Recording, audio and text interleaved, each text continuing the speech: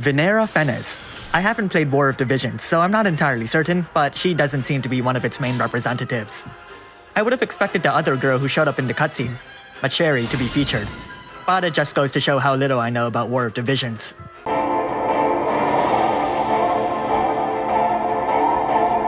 So, Trustmaster Reward. It's an accessory that raises your unit's attack by a decent amount, with a passive effect that grants a small human killer and a 25% boost to physical evasion. Its evasion is on the higher end of the spectrum, and the flat attack boost and human killers are nice stats to have. Her Super Trustmaster Reward is a materia that boosts your unit's attack by 70%, their limit burst damage by 50%, and raises their physical evasion by 30%. 30% is practically the ceiling for physical evasion, and the attack and limit burst boost is nothing to scoff at either. In fact, with the evasion boost, I'd say it nicely provides enough utility, while balancing it so it doesn't push it over the edge. With some impressive Trustmaster rewards and Super Trustmaster rewards, it's time to look at her active abilities. Vinera's attacks chain with Stardust Ray. Snipe Dagger breaks break gauges with a short sword and possibly inflicts confusion. Pillaging Blade smacks the enemy with heightened accuracy and uses steel. How magnificent! Poison Sting is a brave ability that can inflict an 80% full break and gradually damages the enemy over time.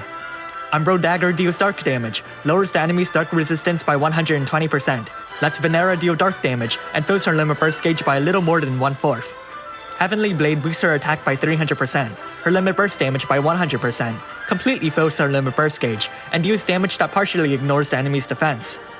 Condemning Blade is a brave ability that won't inflict death, deals gradual damage, grants Vinera a strong human killer buff, and fills her limit burst gauge by 1/3 its max capacity.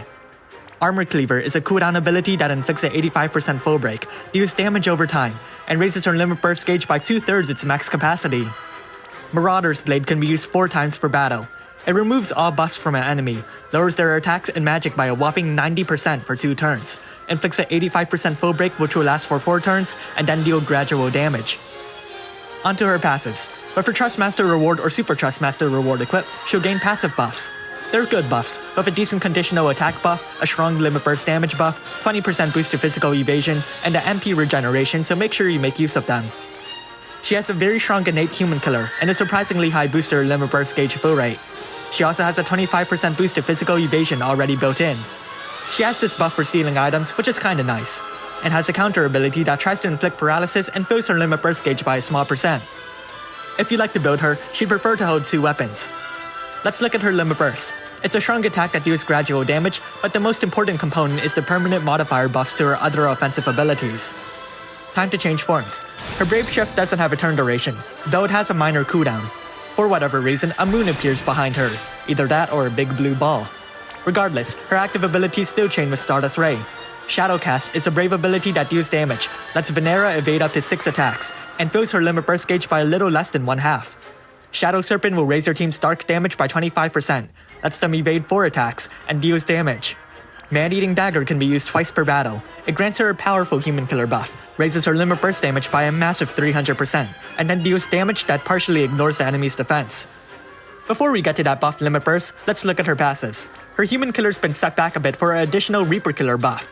Additionally, her counter ability's been changed to lower the enemy's accuracy, though it still fills her limit burst gauge. Aside from that, everything else remains largely the same, so you can still build her by letting her dual wield and raising her limit burst damage. You may want to build her as an evasion provoke tank, though you have to keep in mind that it would likely subtract from her damage output. Anyways, her limit burst. It first boosts her attack by 300%, increases her dark damage by a massive 50%, and then strikes a potentially finishing blow. Now, let's prioritize brave abilities. I suggest raising Poison Sting to turn the breaks from laughable to usable, Condemning Blade to double the human killer buff, and Shadowcast to raise the evasion stacks. The limit burst fill rate of her abilities won't change, so unless you plan to use her as an evasion provoke tank or something, the only thing raising Shadowcast will do is change her damage output. Time to make a damage rotation. We'll start in her regular form. Normally, I wouldn't include breaks and killer buffs due to their situational applications, but I feel that these are a major part of Vinera's kit, so I'll be including them at the cost of some damage. On turn 1, cast Marauder's Blade, Umbro Dagger, and Heavenly Blade. On turn 2, activate her Limit Burst. On turn 3, activate her Brave Shift, double cast Shadowcast, and top it off with Man-Eating Dagger. On turn 4, her Limit Burst should be ready, so use it to cap a chain. On turn 5, you can switch back, reapply those breaks, and double cast Condemning Blade.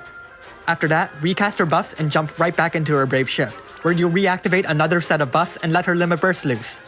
As you know, her base form Limit Burst has a damage modifier buff that lasts for as long as she lives, so you won't have to use it again.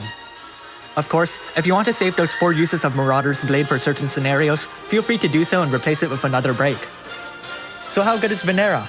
As a physical damage dealer that can inflict some breaks, she'll have a wide array of use and fit nicely onto many Stardust Ray teams. In part thanks to her active ability buffs, her Limit Burst damage output can be tremendous, to the point she can match some of our best physical damage dealers. Her breaks are also incredibly spectacular, the 4 uses of a 2-turn 90% attack and magic break, along with a 4-turn 85% foe break. With magnificent damage output, fantastic utility with her breaks, excellent Trust Moogle rewards, and steal, beginners or anyone who doesn't have a well-developed party can see a tremendous amount of utility from Vinera. Even for a veteran, Vinera is an exceptionally appealing unit, and couple that with some other appealing Super Trustmaster rewards and relatively cheap exchange rates, you may find yourself tempted to spend some Lapis. Thanks for watching, and if you liked this video, make sure to leave a like and subscribe. Comment below if you plan to summon Vinera, and tell me about her role in War of Divisions.